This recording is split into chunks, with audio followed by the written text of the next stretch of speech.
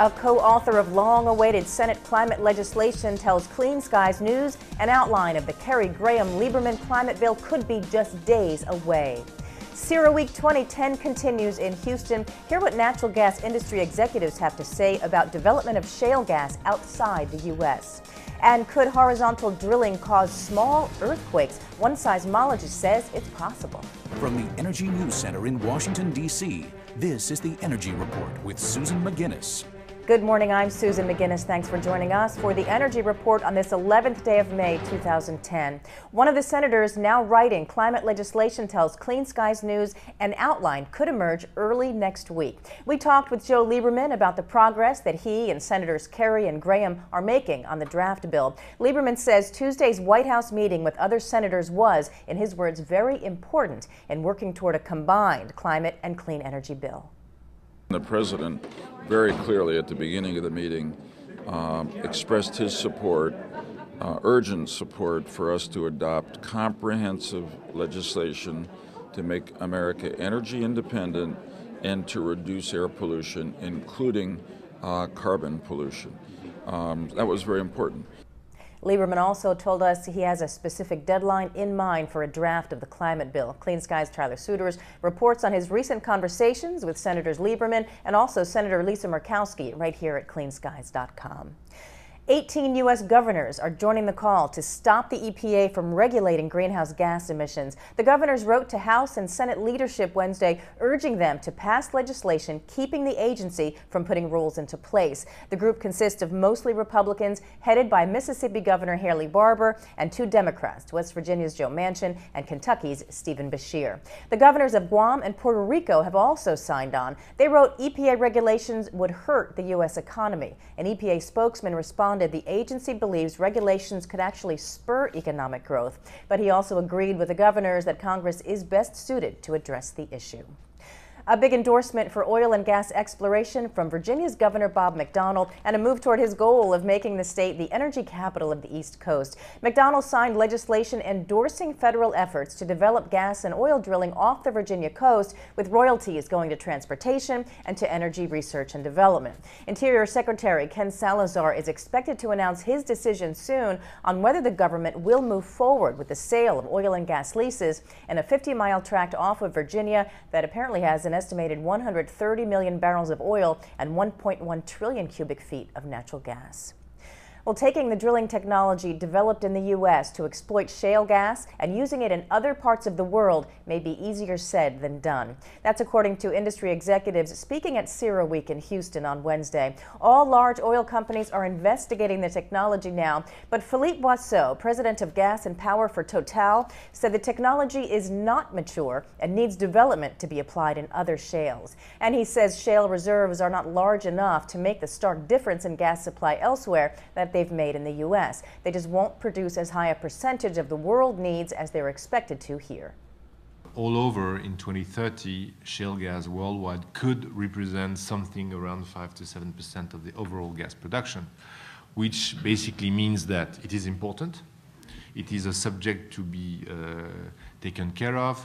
It is, of course, especially in the U.S., where non-conventional gas will represent in the next decade something close to 50% of the overall gas production. It's a big subject.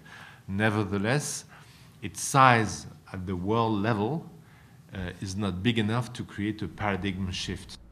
Executives of GDF Suez and Statoil said that drilling in Europe may face difficult public acceptance problems because Europe is more densely populated than the U.S. Today is the first of two power days at the CERA conference. It kicks off with an opening keynote from IEA Executive Director Nobuo Tanaka. There's also a North American Power CEO plenary featuring CEOs from PG&E, Southern Company, Edison International, AEP, and more. There's a session on carbon capture and storage. Is it moving past the drawing board? And adapting the grid for electric cars, and lots more. You can see all of Margaret Ryan's reports and interviews from CERAWEEK right here on the site.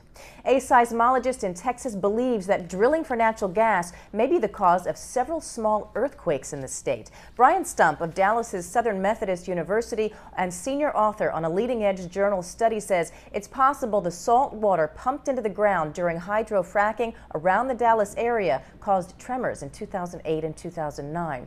Stump and colleagues analyzed records from 11 quakes. They say they found the epicenter of one quake sits almost exactly atop a wastewater reinjection well where about 9,000 barrels of salt water a day were deposited.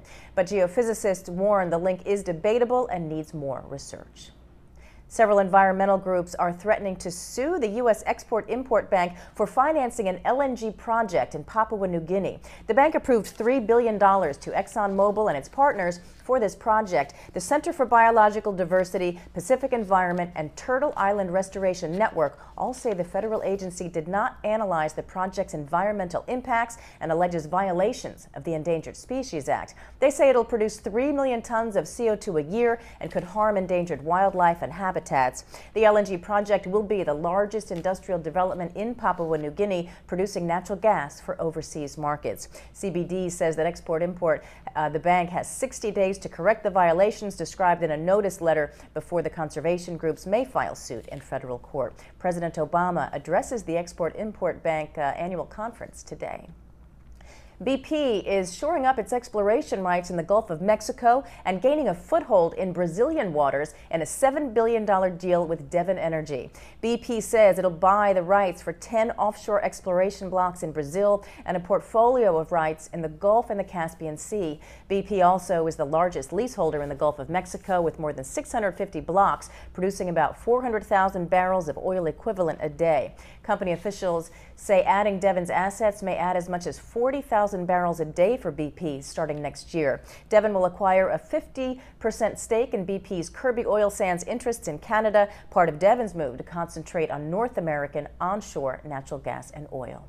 Representatives from about 40 nations are meeting in Paris today to talk about how to save the world's forests and jungles and help rein in greenhouse gases blamed for climate change. The conference is looking to translate measures adopted at the summit in Copenhagen in December into concrete solutions and funds. World Bank representatives and lending nations are also attending this meeting.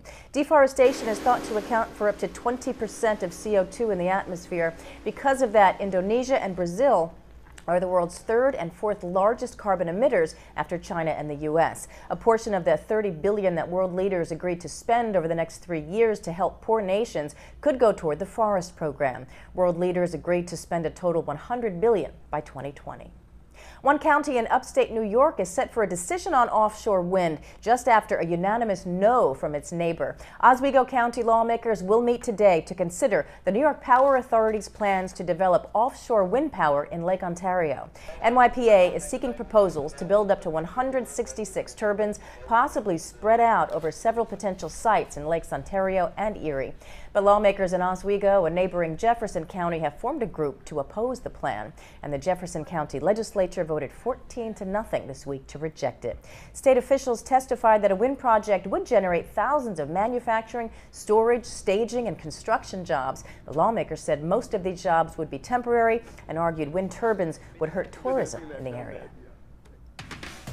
Here's a check of goings-on around the Beltway today. 8 a.m., Senator Lisa Murkowski delivers keynote to a congressional quarterly roll call forum on the role of natural gas in the new energy economy. At 10:30, Nobel Prize-winning economists and scientists hold a conference call to talk about a letter they'll deliver to the Senate urging lawmakers to require immediate cuts in global warming emissions. Clean Skies News will have more from that. At noon, the Wilson Institute holds a discussion on the political climate surrounding efforts to promote public-private energy efficiency in the U.S. and China.